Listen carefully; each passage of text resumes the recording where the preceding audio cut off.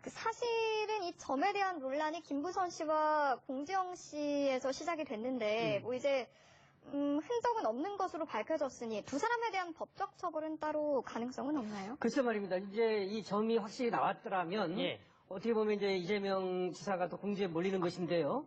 오히려 반대로, 확신에 차서 얘기를 하지 않았습니까? 네. 그런데 이 점이 나오지 않음으로써 김부선 씨의 말이 오히려 허위가 아니냐, 예. 거짓이 아니냐, 예. 과거 연인 관계에 따라고 하는 말도 믿을 수 없는 것이 아니냐, 예. 이런 얘기가 나올 수 있고요. 예. 그 다음에 이번에 신체 특정 부위에 점이 있다고 이렇게 공개적으로 얘기를 했는데 네. 그것이 없으니까 오히려 허위 사실을 적시했다. 예. 이렇게 볼 여지도 있거든요.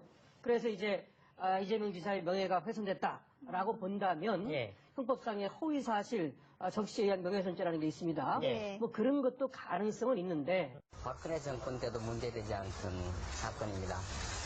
6년이 지난 이 시점에서 왜 이런 과도한 일이 벌어지는지 좀 납득하기 어렵습니다. 압수해간 건 내 전화기 하나입니다. 그 전화기 하나를 찾기 위해서 이렇게 요란하게 압수수색을 했는지 좀 이해가 안 됩니다. 세상이 치러볼 것이 진실에 기초해서 합리적 결론이 날 것이라고 믿고. 그렇습니다. 이미 두 차례나 압수수색이 7월 달에 있었습니다. 두 차례의 압수수색에도 불구하고 지금 3개월이 지난 수사 마무리 시점에서 예. 또다시 과도한 압수수색이 이렇기 때문에 그런 입장을 밝히셨습니다. 그 7월에도 자택 압수수색이었습니까? 7월에는 그 성남시에 첫 번째는 광범위한 자료 요청을 했었고 예. 7월 11일과 7월 29일 두 차례에 걸쳐서 예. 이 관련 기관이죠. 분당 보건소를 비롯해서 예, 예. 이런 기관들을 갖다가 압수수색했습니다. 그러니까 자택에 대한 압수수색은 처음이었던 거잖아요. 그렇습니다. 이 자택에 대한 압수수색 아까 말씀하신 것처럼 예, 예. 이 공직선거법에서 이 자택에 대한 압수수색은 흔히 있는 일이 아니고 그다음에 이른 아침에 자택을 수색해서 말씀하신 대로 휴대폰만 달랑 가지고 갈 정도로 이 과잉수사의 모양새 이거 뭐 지탄받을 수밖에 없는 상황이었죠. 대규모 수사 인력을 좀 투입했음에도 불구하고 예. 그 수사 인력들이 스마트폰 2개만 가지고 갔고 그다음에 이 스마트폰을 압수하기 위해서는 예. 충분히 이 지사실에 방문해서 할 수도 있고 정식으로 요청을 해가지고 얼마든지 스마트폰을 가져갈 수 있습니다. 그렇지만 굳이 이른 아침에 이 출근 전 7시에 이 기습작전하듯이 마치 뭐 국사범을 다루듯이 이러한 모양새는 상당히 좀 이렇게 부적절해. 그렇습니다. 이 선거의 사안 자체도 이게 지금 6년 전부터 선거 때마다 단골 소재로 나와 있었는데 이거를 갖다가 더 밝히기 위해서 물론 뭐 공정한 수사를 진행해야겠죠. 그렇지만 이 압수수색의 이 진행 과정과 예, 예. 그다음에 방식 이 두 가지 모두 다 이번 사안을 좀 이해하기 굉장히 좀 어렵습니다. 그 부분은 제가 좀 코멘트하기 어렵습니다. 그렇지만 이 부분에 대한 그 사안들 예. 이 공직선거법과 관련된 거는 뭐 아시겠지만 6개월 내에 수사를 신속하게 종결해야 됩니다. 예, 예. 여기에 기초해가지고 6월 13일 선거가 끝나고 나서 7월 초에 이미 기초적인 자료를 다 요청하고 압수수색했고 계속해서 참고인 조사를 어느 정도 마무리했습니다. 그런데 지금 수사 마무리 시점에서 예, 예. 이렇게 과도하게 한 부분, 이 부분은 정말 이 수사팀에서 누가 보더라도 이재명 지사의 개인에 대한 뭐 흠집 주기, 망신 주기, 검증을 받겠다라고 했는데 자 검증을 받으면 둘 중에 한 사람 있다는 사람과 없다 그런 사실이 없다라고 말하는 사람 둘 중에 한 명은 정말 크게 처벌받는 겁니까?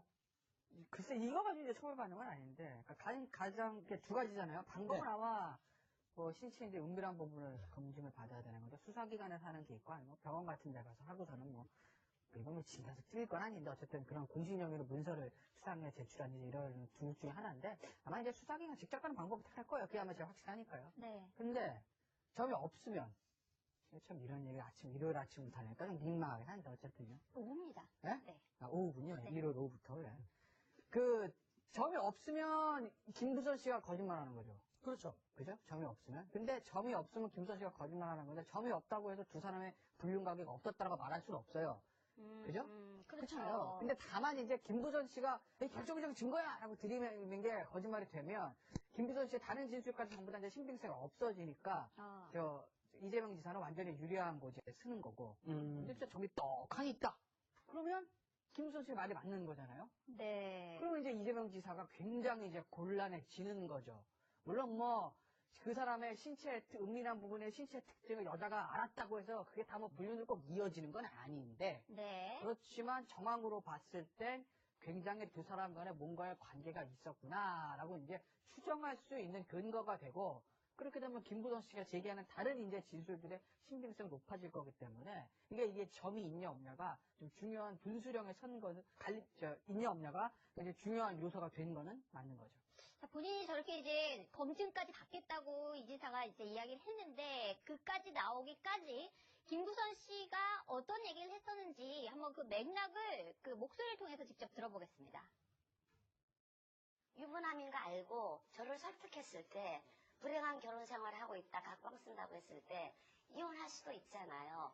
그래 김부선 혼자 외로웠는데 수십 년간 그래 이런 남자친구로 사귀다가 결혼도 할 수 있겠지 이런 생각이 들었어요. 나이 들어서 인생 겪고 좋은 친구가 될 수 있고 좋은 연인이 될 수 있고 좋은 부부의 연을 맺을 수도 있잖아요. 전 그런 희망을 품었어요. 근데 결국에는 너 마약쟁이지 너 마약 전과 많지 그 외에는 차마 입으로 옮길 수 없는 저는 연인밖에 알 수 없는 가족의 비밀, 신체의 비밀을 다 알고 있습니다. 네. 이 교수님 뭐 어떻게 보셨습니까? 좀 이제 이거 그만했으면 좋겠어요. 우선 확실한 것은 둘 중에 하나는 거짓말하고 있는 건 확실한 거 아닙니까? 방금 김 변호사님 말씀대로 처음 빼면 어떡할 거예요? 그리고 난 오른쪽이다 그랬는데 알고 봤더니 왼쪽이더라. 코미디입니다. 요즘은 또 강용석 변호사가 등장해가지고 완전 사건의 수임을 했죠.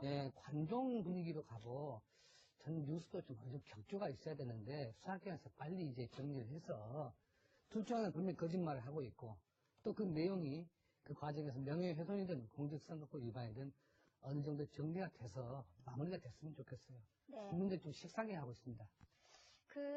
어쨌든 경찰이 지금 수사하고 있는 대목은 지금 이 교수님 말씀하신 것처럼 뭐 그런 부분도 있지만은 공직선거법을 위반했는지 안 했는지 이 부분은 좀 가려야 되지 않을까 싶은데 바로 토론회 때 유권자들의 선택을 호소하는 토론회 때 이재명 지사의 말이 진짜인지 아닌지 그거를 이제 경찰이 가려야 되는 거거든요. 그렇습니다. 자, 토론회에서 무슨 얘기를 이재명 지사가 했었는지 한번 지금 직접 보겠습니다. 5월 17일 광우병 집회가 있었고요. 광화문 낙지집에서 여배우와 식사를 하신 뒤에 국가인권위원회 주차장에 가셨죠. 하셨죠? 예 아니면 말씀하십시오. 집회에 그 사람을 만난 일은 있는데 아니 예 아니오만 말씀해 주십시오. 아닙니다. 국가인권위원회 주차장에 안 갔습니까? 아닙니다. 예 됐습니다.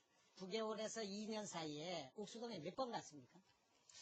그분이 집회에서 제가 몇 차례 만났고 그 다음에 양육비 상담 얘기를 해서 제가 시간이 없어서 아니, 옥수동에 가셨습니까? 안 가셨습니까? 갔느냐 안 갔느냐 한번 말씀하란 말입니다. 시간이 여기는 없으니까요. 경찰서가 아닙니다. 토론장이고 토론은 규칙에 의해서 하는 거예요.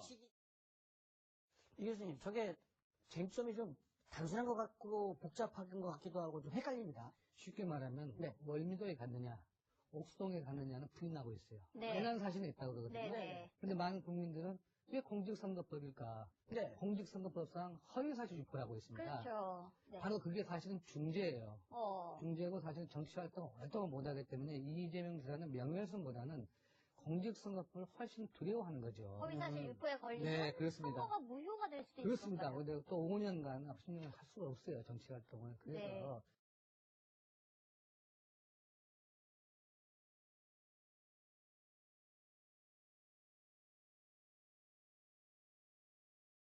이거 조사해보니까 사실이 아니었다라고 한 말씀만 해주셨으면 했습니다.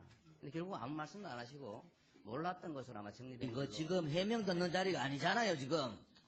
위원장님 왜 이러세요, 진짜? 국감장이 무슨 이렇게 해명을 듣고 있습니까?